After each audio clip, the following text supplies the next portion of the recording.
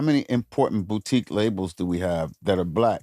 Because that's Not where very the many. community is built None, from, not no right? more. Right? Absolutely. You started at Blackground, right? Yep. Right? Boutique. Yeah. A boutique, right? Yeah. And an artist I had started at LaFace, and there Yep, was LaFace Uptown Records. artists, and there was Death Row artists, there was Motown Andre artists, and there was Harrell, Stax artists, and Right. there were like and that was where black music was nurtured, curated, and it wasn't, no disrespect to anybody, but it wasn't so much us asking for permission, Nope. because people that looked like us were making those decisions. And look how different the industry looked then. So the moment we just talked about when we said Guy and Al B. Sure and Keith Sweat Yeah. and Babyface Mhm. and Heavy D and the Boys and I could keep going on and Yeah. on, and Boys to Men, right? Guys, those are black people making decisions about the music we heard on a national, Yeah, 'cause international level. It was everywhere. That is all but dead. So if you look at the Grammy stage, what you see missing is people that look like us. That's what's missing. Wow. And it's changed music. Because all the music decisions are now being made by mostly white men. So look at the stage. The artists are great, by the way. I love Chaperone. I thought Benson Boone was incredible. I really did. I love the artist, right? Mhm. I really love Dolce, by the way. So Yeah. she's an exception Dolce to every rule. Great. Right. Dolce. Dolce's- An exception But, to every rule. but Dolce is also Boutique. from a boutique. Thank you. That's Top Dog, right? Yep. Top dog. Thank Yep. you. Top Thank Dog, you. Punch. TDE. Like You're not. the You're not TD wrong the when you TD talk. the TDE tree, Yeah. even going to Kendrick. Thank you. Because Who owns That's the my Grammys. point. Which The is- TDE tree gave us Kendrick. It gave us Dolce. yeah. Right, SZA. SZA. Who that man Schoolboy. is. Yeah. That We used to have 10 of those in the industry. talk about it. We used to have 10 or 15 of those in our industry. That were empowered. And those people are wiped out for They were whatever empowered. reason. Yeah. Those people are wiped out, Y'all know why. neutered, and look at what it's doing to our industry. And that Mhm. pisses me the f- off. Yeah. Because I love music, man, and I love artistry, and I'm not prejudiced. I signed Avril Lavigne, I signed Pink, I signed Camila Cabello, I signed a lot of people, Megan Trainor, Yeah.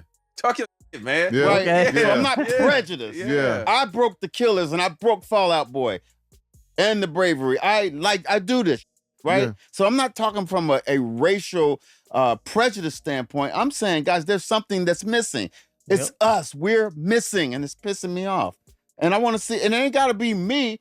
I'm not lobbying for no fucking job. I ran every company already. I'm good, right? But I'm looking for the next generation to get an opportunity. I'm looking for the next generation of tastemakers to have an opportunity to make decisions without Yep. having to ask permission. Curators.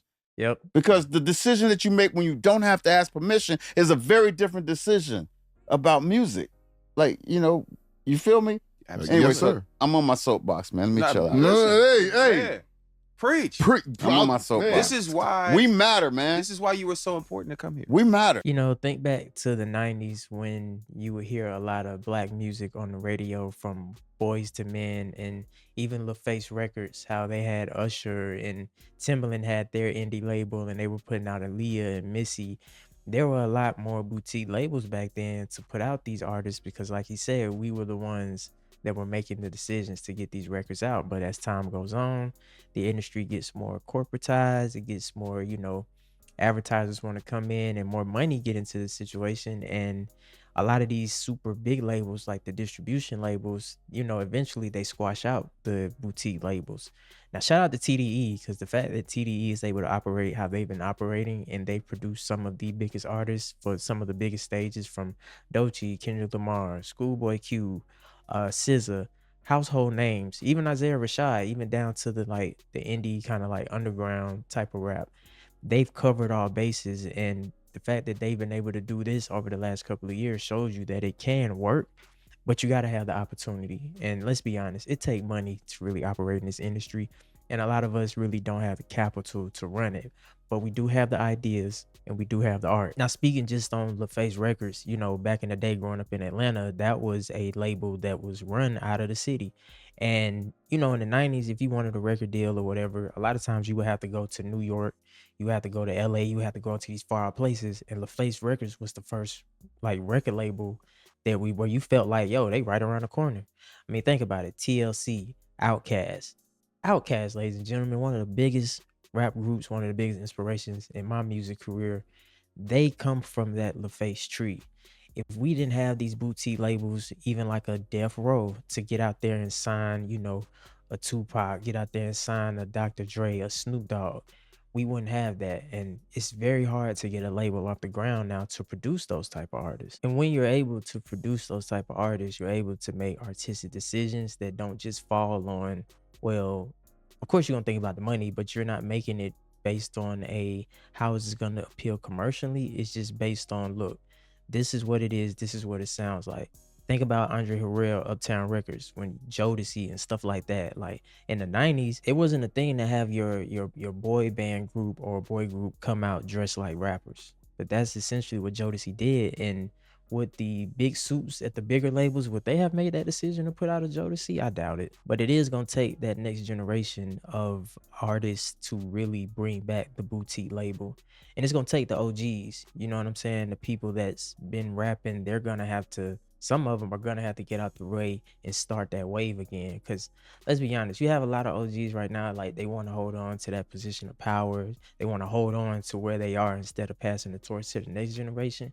But you have to get out there and find the new talent, because let's be honest, a lot of artists, once they hit that age, that 40 age, it's like, all right, bro, it's time to maybe take a step back from the front and really see how you can facilitate another artist's dreams, you know what I'm saying, and keep the ball rolling. Because let's be honest, Punch from TDE, I hope I'm getting this right, but Punch from TDE used to rap.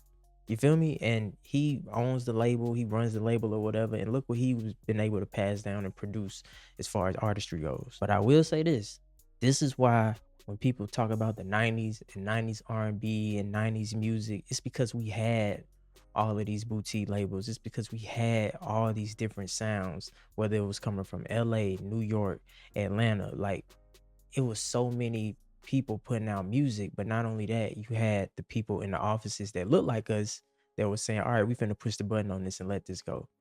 That's why the 90s will always be goated. But then again, we live in a new era now where, listen, if you're an artist, get you a microphone like this one I'm talking on right now, get you a audio hardware interface, you feel me, and you can do it yourself.